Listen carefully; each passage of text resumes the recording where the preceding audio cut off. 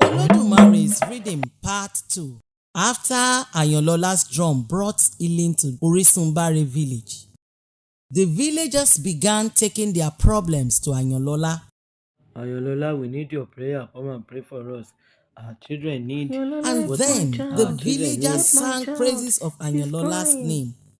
Ayanlola, oh, Ayanlola, your reading brought us life. They chanted, their voices echoing through the land. But the king could not hide his jealousy. He became convinced that Ayanlola's popularity and influence were a threat to his own power, and that the drummer secretly wanted his crown. His advisor, Chief Otun and Osi, trying to reason with him, said Ayanlola's drum has magical power that draws people's attention to him. And so the king's suspicion led him down a dark path, one that would once again bring conflict to the kingdom. Next morning, the king Obatolade seized Ayanlola's drum.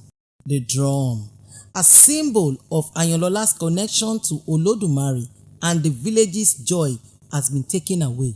Ayanlola is marched out of the village. Immediately, the once peaceful atmosphere is replaced with sorrow and despair. The villagers who had grown to love Ayanlola's drumming watch in silence, unable to protest the king's cruel decree. Ayanlola's mother, her eyes were streaming with tears. She stretches out her arms as if trying to hold on to her son. Her cries echoing through the village. My son! My son! What will become of you, my son? The villagers' anger and frustration grew as they felt the absence of Olodumare's guidance. They began to protest outside the king's palace, holding leaves in their hands as a symbol of their lost connection to the divine. We want Olodumare drum. We want to reconnect with Olodumare. Give us our drum. Bring back Ayanlola. Bring back Ayanlola. Bring back Ayanlola. Bring back Ayanlola. The king, taken aback by the villagers' outrage, tried to reason with them. My people, my people, my people, I understand your concerns, but our priests are working tirelessly to restore the connection. We will get through this together. But the villagers would not be pacified. They demanded immediate action, threatening to continue their protests until the king found a solution.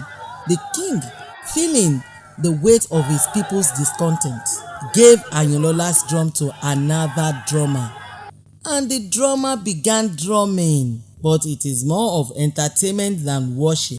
The whole village became happy, but were not pleased, as the drummer did not praise Olodumare, but the king. In the evening, Ayanlola, alone in the forest, he sat under a tree and ate a raw orange, savoring its sweetness.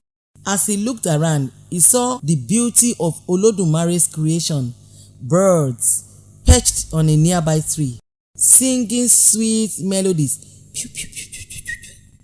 Ayanlola's heart filled with joy and gratitude. He felt Olodumare's presence around him, and his sadness began to fade away. The next morning in Orisunbare, villagers came together to worship Olodumare, but they were shocked to learn that the drummer had run away with Ayanlola's drum. The villagers were very confused and didn't know what to do. They needed the drum to worship Olodumare, and without it, their worship was impossible. They were very upset with the king and the drummer that ran away with Ayanlola's drum. They were very upset and didn't know how they would reconnect with Olodumare now. Alone in the forest, Ayanlola made a new drum, and he was happy and started to praise Olodumare even in the forest.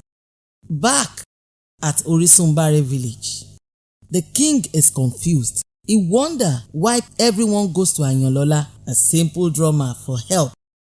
He thinks to himself, I, the king, have all the power and wealth, but they don't come to me. They go to Ayanlola because of his drum, and I took the drum from him, but it was stolen by another drummer. Hey! What a mess. In the forest, Ayanlola woke up from a slumber. He missed his mom, and so he decided to go visit his mom. He stood up, picked his drum, and he sneaked into the village to visit his mother.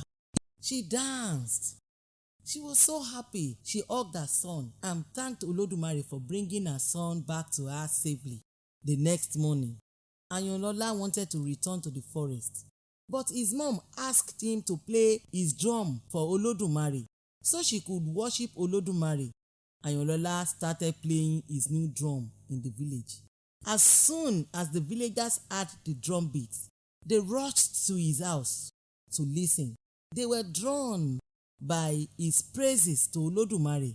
King Obatolade and his wife heard about his drum too, sent for Ayanlola and his mother to immediately bring the drum to the village square, and the villagers followed him to the village square. King Obatolade and his wife joined the villagers at the village square. Everyone was together, happy and united. The king apologized to Ayanlola and asked for Olodumare's forgiveness. Then he blessed Ayanlola with half of his kingdom and decreed that as from that day on, Ayanlola's drum shall be called Olodumare's Rhythm, and there shall be annual Olodumare festival in that village.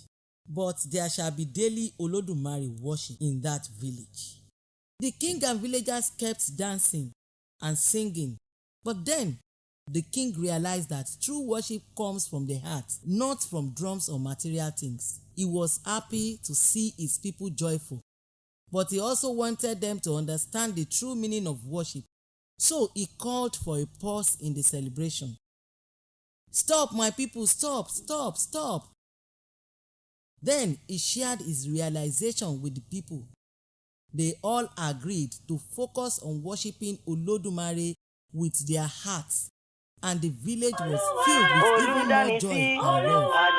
Ayanlola's visit brought the village together, and they all celebrated with music, dance, and heartfelt worship to Olodumare. This story tells us that Olodumare is the supreme being and should be worshipped with our hearts and with all that we are. Olodumare Eshe.